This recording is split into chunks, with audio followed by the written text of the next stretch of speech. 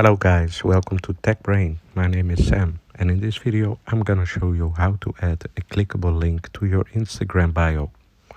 For this we're gonna start up the Instagram app and go to your profile. So go to the app and then click on edit your profile.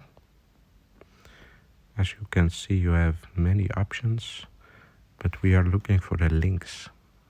You click on add links and you want to add an external link.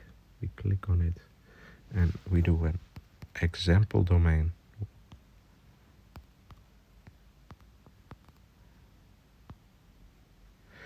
And you even can give it a title, but we leave it like that, clean. And now we go back to the profile and you see a clickable link. I hope this video helped you out, guys. If you have any further questions about Instagram, please let me know down below in the comments. See you in the next video.